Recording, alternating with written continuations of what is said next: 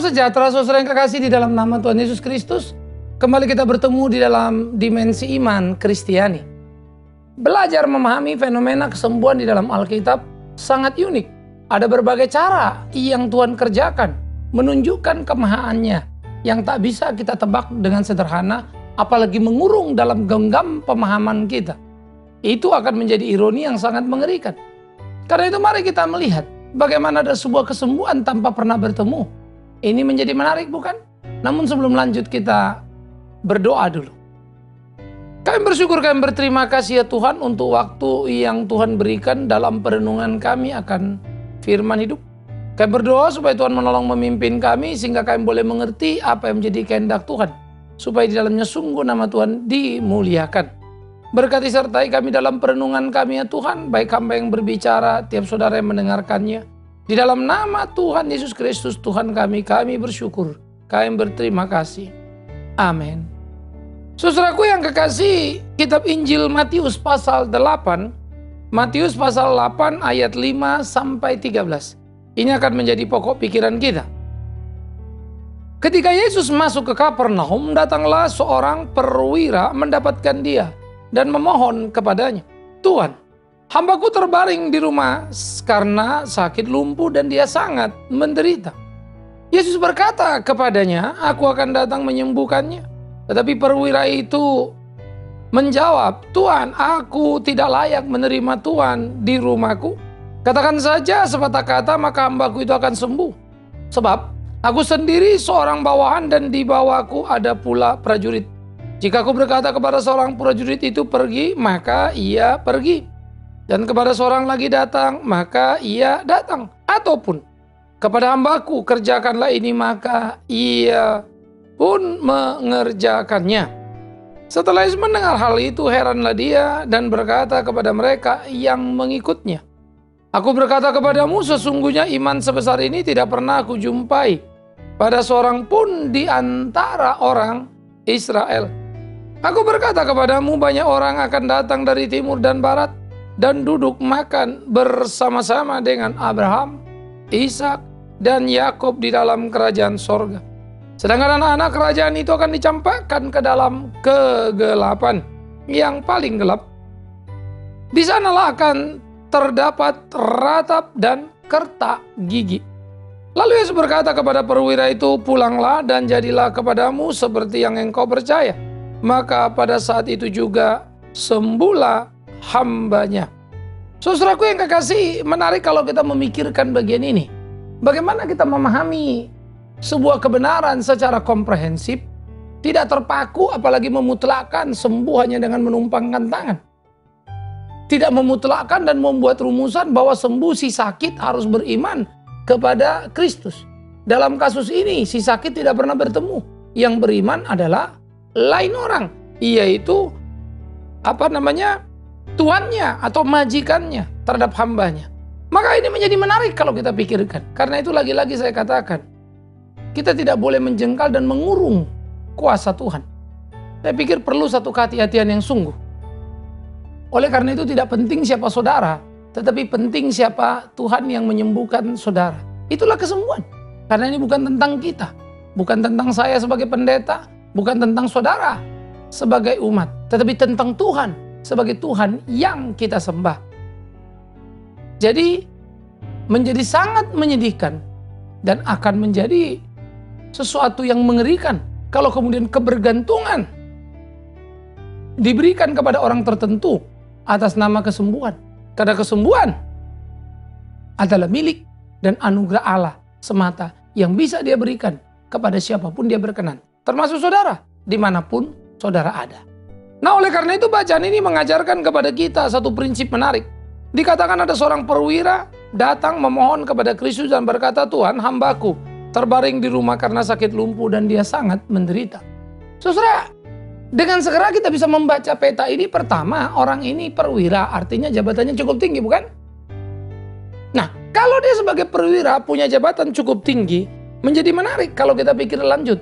Pasti dia seorang Roma. Oke.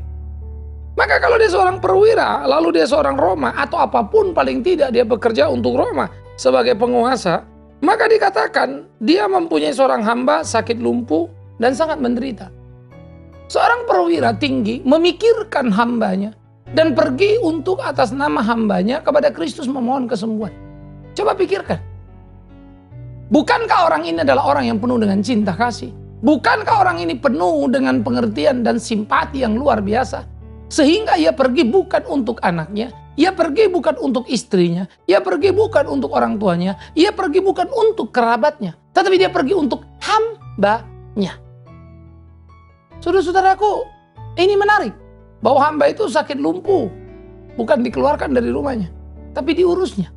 Ini menarik, bahwa hambanya sakit lumpuh, dan dia terbeban untuk kesembuhan hambanya.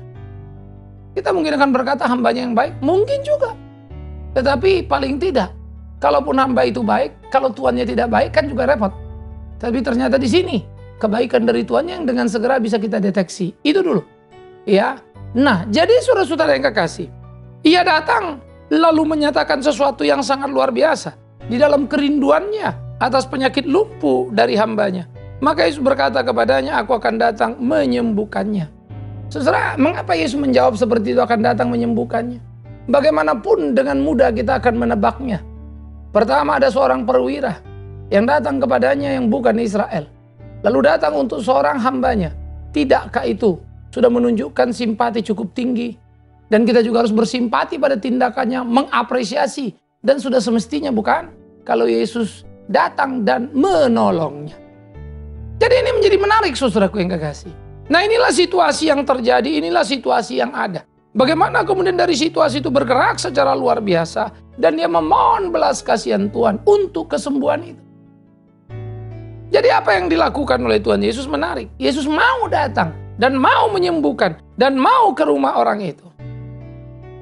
Aku akan datang. Aku akan datang apa? Menyembuhkannya. Tetapi luar biasa. Si perwira itu menjawab, apa Tuhan? Aku tidak layak menerima Tuhan di dalam rumahku. Kata Tuhan adalah kata kurios. Bisa Tuhan, bisa Tuhan. Oke, kadang-kala kita memang mesti ngelihat sebetulnya yang dipakai di sini Tuhan atau Tuhan. Tuhan itu, kurios itu yang dimuliakan. Tuhan itu artinya orang tinggi, bukan? Tapi kalau Tuhan, ya yang dimuliakan dari atas manusia. Oke. Nah, kalau kita melihat di dalam bagian ini, ia memandang Tuhan Yesus dan menyebutnya Tuhan, ia respek kepada Kristus, ia menaruhkan dirinya dan merespek tinggi, padahal dia seorang perwira. Ya, maka kalau perwira Roma memberikan penghargaan apresiasi tinggi pada seorang rabi, itu luar biasa sekali. Maka kepada rabi Yesus Kristus dia berkata apa? Tuhan. Lalu apa yang dikatakannya? Tuhan, aku tidak layak menerima Tuhan. Dia lagi kemudian menempatkan dirinya sebagai seorang yang hina, sebagai seorang yang tidak layak berurusan dengan Yesus Kristus Tuhan yang suci itu. Berbeda dengan semangat orang beragama, bukan?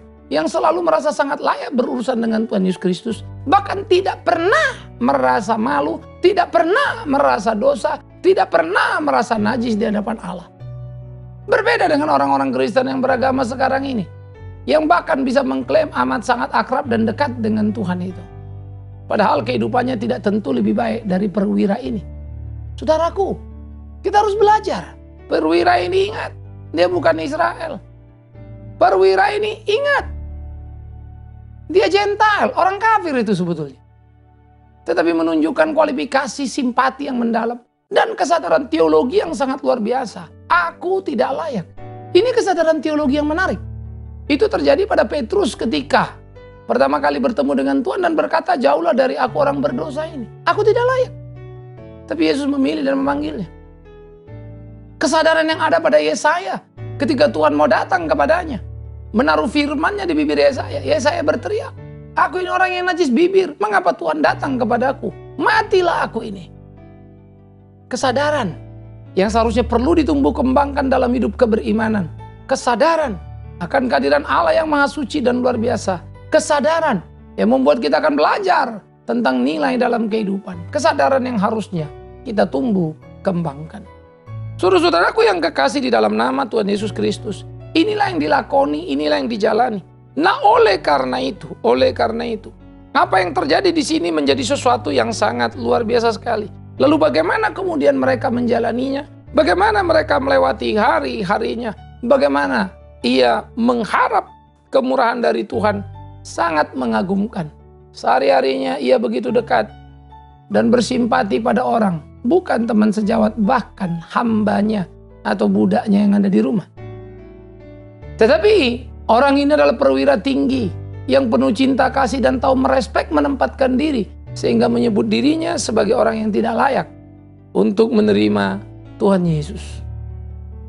Ingat yang saya katakan tadi, kepekaan orang Kristen justru kurang terhadap hal seperti ini. Kita overestimate terhadap nilai diri. Kita kurang mampu meneropong diri. Kita kurang mampu menilai diri. Sehingga ini menjadi kesedihan, sekaligus kecelakaan yang mengerikan dalam kehidupan orang percaya. Dan kita salah arah, saudara. Nah, oleh karena itu, apa yang terjadi di sini menjadi sangat menarik. Maka kemudian ia menyatakan kalimat dan konsep yang sangat luar biasa. Aku ini bawahan, artinya dia punya jenderal. Oke, kita anggap saja dia kapten atau kolonel begitu ya. Nah, dia punya jenderal atasan yang bisa instruksi dia. Tapi dia juga punya bawahan di bawah lain. Orang-orang yang bisa disuruhnya kerja melakukan apa saja sesuai dengan perintahnya. Maka dia menempatkan analogi yang sangat menarik, saudara. Karena itu aku sebagai atasan bisa berkata pada prajuritku datang dan dia datang, pergi dan dia pergi, kerjakan ini dan dia kerjakan. Maka dia menempatkan diri yang berkata, aku tidak layak menerimamu. Iya. Lalu dia berkata kepadanya apa? Dan dia berkata, cukuplah Tuhan Yesus mengatakan apa saja. Ya, maka itu pasti sudah menjadi cukup. Katakan saja sepatah kata, maka hambaku akan sembuh. Seperti dia memberi satu kata, hambanya menjalankannya. Hebat ya? Hebatnya di mana? Dia tahu menempatkan dirinya. Dan dia tahu berhadapan dengan siapa. Pertama, dia merasa tidak layak. Kedua, kalau Tuhan mau mengucapkan satu kata saja, maka selesailah. Pengenalan dia akan kemahakuasaan Kristus. Bukan saja sebagai Tuhan, tetapi Tuhan juga sangat tinggi. Dia yakini dengan satu kata-kata, Yesus bisa menyelesaikannya. Tidak perlu datang. Dan di sisi lain, dia menempatkan dirinya di bawah Kristus. Dan meyakini Kristus adalah seperti komandannya yang bisa memberi instruksi kepada dia. Cukup katakan sembuh, maka dia akan sampaikan. Dan sembuhlah hambanya itu. Itu yang diyakininya. Saudara-saudara, keyakinan, lagi-lagi saya harus katakan, yang justru menjadi miskin dalam kekristenan kita. Justru banyak orang mengklaim sebagai wakil Tuhan yang luar biasa. Mengklaim sebagai pemegang kuasa Tuhan. Mengambil kuasa dari Tuhan. Tidak lagi merasa hamba yang cuma menjalankan tugas. Tidak lagi merasa hamba yang cuma menyampaikan apa yang Tuhan sampaikan. Sehingga tidak sedikit orang mengklaim dirinya sebagai orang hebat yang berkarunia tinggi dan seterusnya. Tetapi juga tidak sedikit umat memperlakukan situasi itu. Sehingga tidak jelas di mana sebetulnya posisi Yesus. Disebut, dikatakan maha kuasa, dikatakan hebat. Tetapi sebetulnya yang terjadi, pengkultusan terhadap manusia, itu yang ada. Saya tidak tahu berapa lama lagi kita akan belajar Alkitab dengan baik. Saya pendeta, sudah semestinya umat menghormati, bukan? Karena dalam struktur. Tetapi, hormat itu hanya saya berhak terima kalau saya hidup benar, kan begitu? Lah namanya pendeta kan ada posisi dia dihormati. Tetapi juga ada tuntutan quality, moralitinya kan gitu kan? Yang juga harus dipenuhi dong. Kan jadi fair itu bergereja. Maka itu harus ada pada diri saya sehingga saya tidak bisa menuntut hormat orang hanya karena saya pendeta. Tapi saya juga akan memberikan kepada mereka alasan untuk menghormati saya.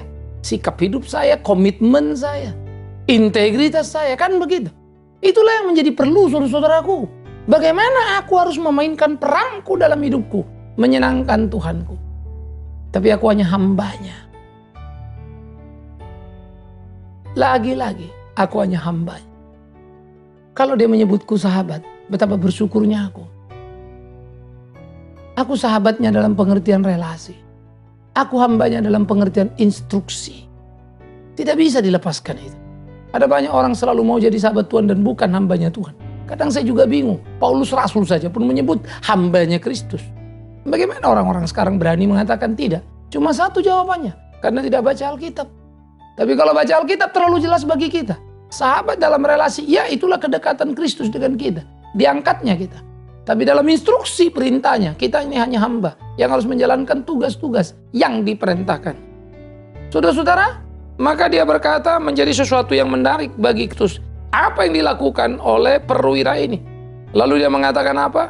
Mendengar itu heranlah dia dan berkata kepada mereka yang mengikutinya, "Aku berkata kepadamu, sesungguhnya iman sebesar ini tidak pernah aku jumpai pada seorang pun di antara orang Israel." Wow, luar biasa sekali. Aku tidak pernah menemukan iman sebesar ini di antara orang Israel. Lah dia emang Israel? Bukan. Loh, kok jadi ada orang tidak Israel lebih beriman dari orang Israel? Maka akan kukatakan kepadamu, saudaraku, ada orang di luar sana yang bukan Kristen yang lebih beriman dari orang Kristen tentang kebenaran itu. Mereka mendengar apa ajaran ini sudah mereka mengerti. Mereka tidak pernah masuk ke gereja dan dibaptis karena mereka merasa kecewa misalnya dengan kehidupan orang-orang Kristen. Tetapi mereka menjalankan perintah Kristus. Saya selalu mempunyai respek tinggi pada seorang Mahatma Gandhi yang belajar betul-betul tentang khotbah di bukit. Ahimsa, gerakan tanpa kekerasan, menjadi inspirasi kaya yang dikumandangkannya dari hasil pembelajarannya terhadap khotbah di bukit itu. Satu waktu, ia berjalan di Afrika Selatan, mau masuk ke sebuah gereja.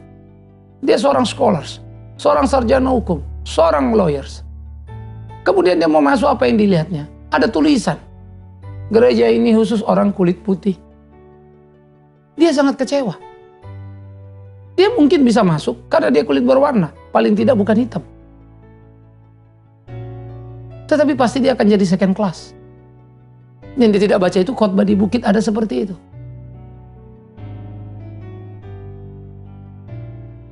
Diyakini ada tulisan pada dirinya yang kemudian menjadi pameo menarik. Ya Yesus, selangkah lagi aku jadi orang Kristen. Tapi langkahku tertunda karena melihat perilaku orang Inggris ini. Mereka menutup pintu itu. Maka apa yang dikatakannya menjadi menarik, saudaraku. Ia tidak jadi Kristen karena kecewa dengan orang Kristen. Tapi dia mengaktualisasi seluruh ajaran Yesus yang luar biasa itu. Orang Kristen terlibat dalam perang, tembak dan mati. Gandhi mencanangkan ahimsa yang menggegerkan dunia itu. Falsafah yang luar biasa, yang diwarnai pemikiran Kristus yang sangat hebat. Dia menjadi orang yang besar. Dia lebih Kristen dari banyak orang Kristen. Saya pikir ini perlu sebuah kehati-hatian. Kita belajar untuk membuka mata kita. Kan menjadi mengerikan kalau ada orang lebih bermoral dari kita. Kalau ada orang lebih dipercaya dari kita. Kalau ada orang lebih mengabdi dari kita. Saya menemukan banyak orang Kristen. Pengabdiannya jauh lebih hebat dari orang Kristen. Saya menemukan banyak orang Kristen menggerakkan banyak sekali jumlah uang. Tetapi tidak berhenti pada dirinya. Melainkan terdistribusi untuk menolong banyak orang di sekitarnya. Saya menemukan mereka itu luar biasa sekali hidupnya. Kejujuran tinggi yang sangat mencengangkan. Gaya hidup yang sangat sederhana. Mengagumkan. Punya kepekaan nurani yang luar biasa. Saudara-saudara, saya tidak sedang mengatakan salah kemewahan. Tapi saya ingin mengatakan perlunya kepekaan. Kalau kau bisa berbagi, mengapa sendiri? Perwira tinggi ini hebat. Dia tidak duduk-duduk goyang kaki, menikmati fasilitas sebagai perwira, menyuruh bawahannya ke sana sini. Ngapain repot-repot atas seorang hamba yang sudah lumpuh? Kasih pesangon, selesai. Tapi tidak.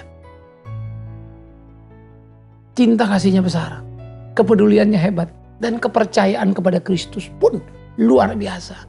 Ya Yesus, cukup satu kata. Orang Kristen kalau doa nggak dijawab Tuhan bisa menggugat Kenapa begini, kenapa begitu? Heran ya, tapi sebut Kristen. Percuma ada berdoa, udah lama berdoa juga nggak dijawab-jawab. Tapi sebut diri Kristen. Semua hanya bisa kemudian mengukur dan kemudian menjatuhkan vonis. Buat apa berdoa, buat apa ini, buat apa itu. Semua memvonis tentang kedaulatan keputusan Allah. Tetapi tidak ada yang berani memvonis dirinya dan menempatkan diri dengan tepat. Aku salah, aku kurang, aku tidak sungguh-sungguh. Perwira itu tahu menempatkan dirinya.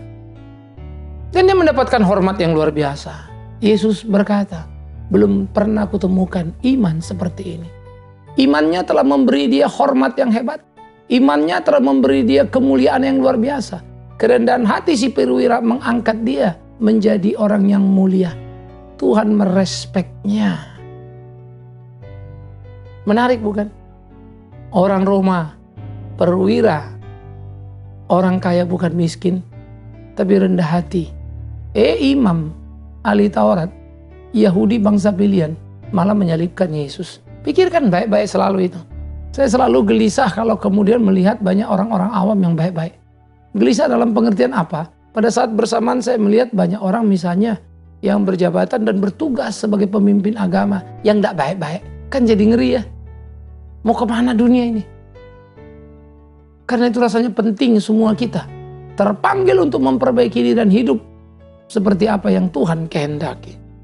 Saudara-saudaraku yang kekasih, lalu ketika dia mengatakan, ya, aku berkata kepadamu sesungguhnya iman sebesar ini tidak pernah kujumpai, maka dibilangnya apa? Banyak orang akan datang dari timur dan barat dan duduk bersama-sama dengan Abraham, Ishak dan Yakub dalam kerajaan sorga. Perhatikan kalimat ini. Untuk mau mengatakan keselamatan ada pada tiap bangsa. Dan mereka terhisap kepada janji Allah lewat Abraham, Ishak dan Yakub. Ya. Sedangkan anak-anak kerajaan itu akan dicampakkan ke dalam kegelapan yang paling gelap. Di sana terdengar ratap dan kertak gigi.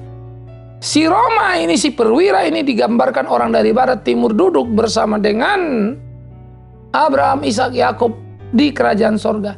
Tetapi banyak anak-anak kerajaan yaitu Israel. Bangsa ini yang akan dilemparkan ke neraka. Akan banyak orang-orang yang bukan Kristen duduk semeja dengan Abraham, Ishak dan Yakub. Tetapi akan banyak orang Kristen justru dilemparkan ke dalam tempat kegelapan. Karena penuh dengan kemunafikan, penuh dengan tipu daya, penuh dengan kepalsuan. Saudara, ayo kita pikirkan. Si perwira ini bukan saja mendapatkan kesembuhan bagi hambanya, tetapi dia mendapatkan justru yang lebih besar yang tidak pernah dibayangkannya. Keterikatannya dengan surga. Ucapan Kristus telah menempatkan dia pada tempat yang pas. Dalam kedaulatan keilahiannya, Kristus memandang orang ini duduk bersama Abraham, Ishak dan Yakub.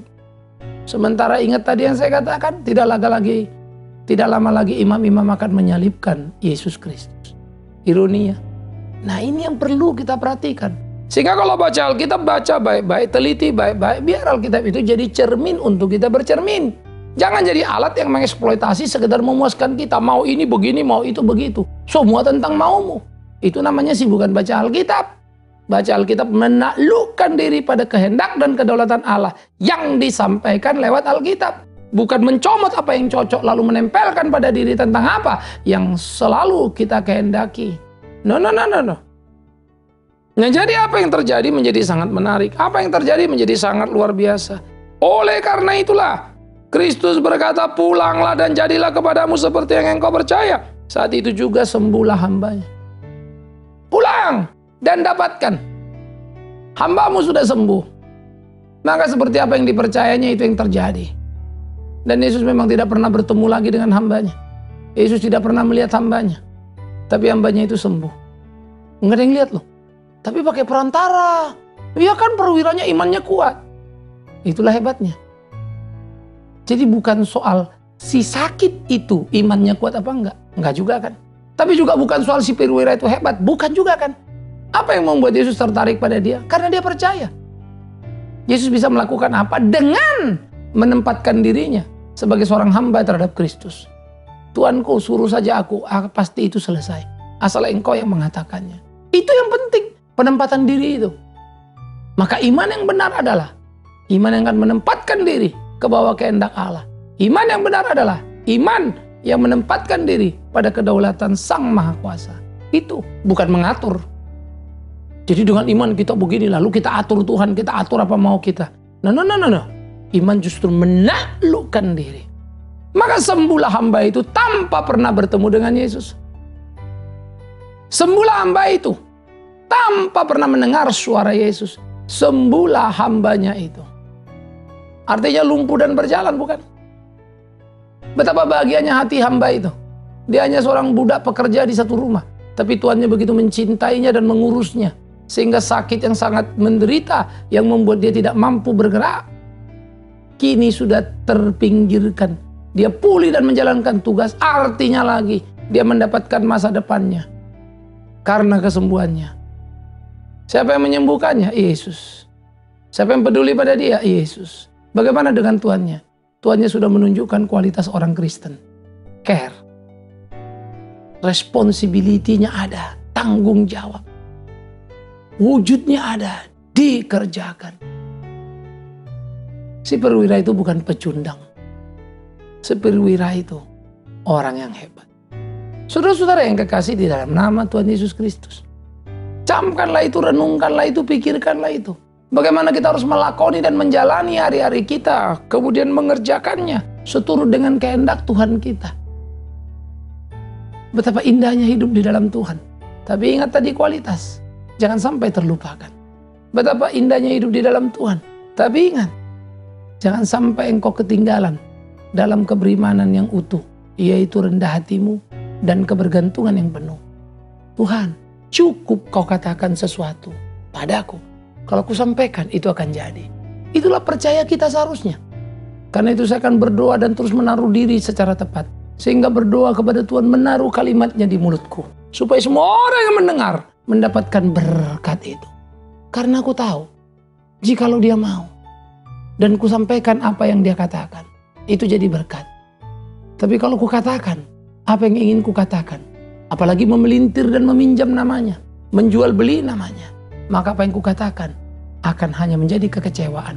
Hari ini orang terima, besok tinggal tunggu waktu menjadi kekecewaan. Hari ini orang terima, besok tinggal tunggu waktu. Orang baru sadar, semuanya tidak benar. Ironi. Semoga itu tidak tercatat dalam perjalanan hidup kita. Karena itu kalau kau sakit, jangan takut. Tuhan bisa menyembuhkanmu. Itu urusan kecil. Tapi kalau kau tidak sembuh dalam doamu, belajar untuk memahami apa yang sedang Tuhan kerjakan. Itu sebab dikatakan, bersyukurlah senantiasa. Jangan cengeng. Tuhan tahu kapan harus menyembuhkan seseorang. Tuhan tahu waktu yang tepat. Jangan ajari dia. Saya pikir inilah yang menjadi penting dalam pengenalan kita. Dalam kesadaran kita akan kebenaran. Supaya kita bisa hidup seperti apa yang Tuhan mau. Tidakkah itu menjadi luar biasa, saudara-saudaraku? Ayo, bangun, tunjukkan iman yang solid itu. Mengerti Alkitab dengan struktural. Jangan lari ke kiri, ke kanan. Perhatikan baik-baik. Sehingga apa yang kita baca, itu yang kita dalam dan betul mengerti. Nggak akan lompat kiri, lompat kanan. Konsentrasi, maka kita bisa bercermin. Melihat perwira itu. Yang bukan Kristen itu, terasa kekristenan kita tertampar ya, tergoncangkan. Ih, aku aja nggak begitu. Biarlah ini mengingatkan kita, menyadarkan kita, supaya kita boleh berjalan di dalam terang Tuhan. Sembuh tanpa bertemu adalah sebuah keniscayaan, karena Tuhan mampu melakukan apapun yang Dia mau. Akankah ditemukannya iman seperti perwira itu? Pertanyaan menarik untuk saudara dan saya. Amin. Kita berdoa, saudara. Kami bersyukur, kami berterima kasih untuk firman hidup. Kami berdoa supaya Tuhan terus menolong kami, menopang kami. Supaya dalam sepanjang jalan kehidupan kami, nama Tuhan dipermuliakan. Di keberimanan kami, buat kami tahu diri dan menempatkan diri. Sehingga betul-betul menjalaninya di dalam terang firman yang sejati. Terima kasih Bapa. Dalam nama Tuhan Yesus Kristus kami berdoa. Amin. Saudara-saudara, kesembuhan bukan kemustahilan. Tuhan bisa kerjakan. Namun, tidak sembuh juga bukan malapetaka. Karena Tuhan punya sejuta rancangan yang tak tertebak oleh akal budi kita. Selamat terbangun iman seperti perwira Romawi itu. Iman yang sejati. Sampai ketemu. Shalom.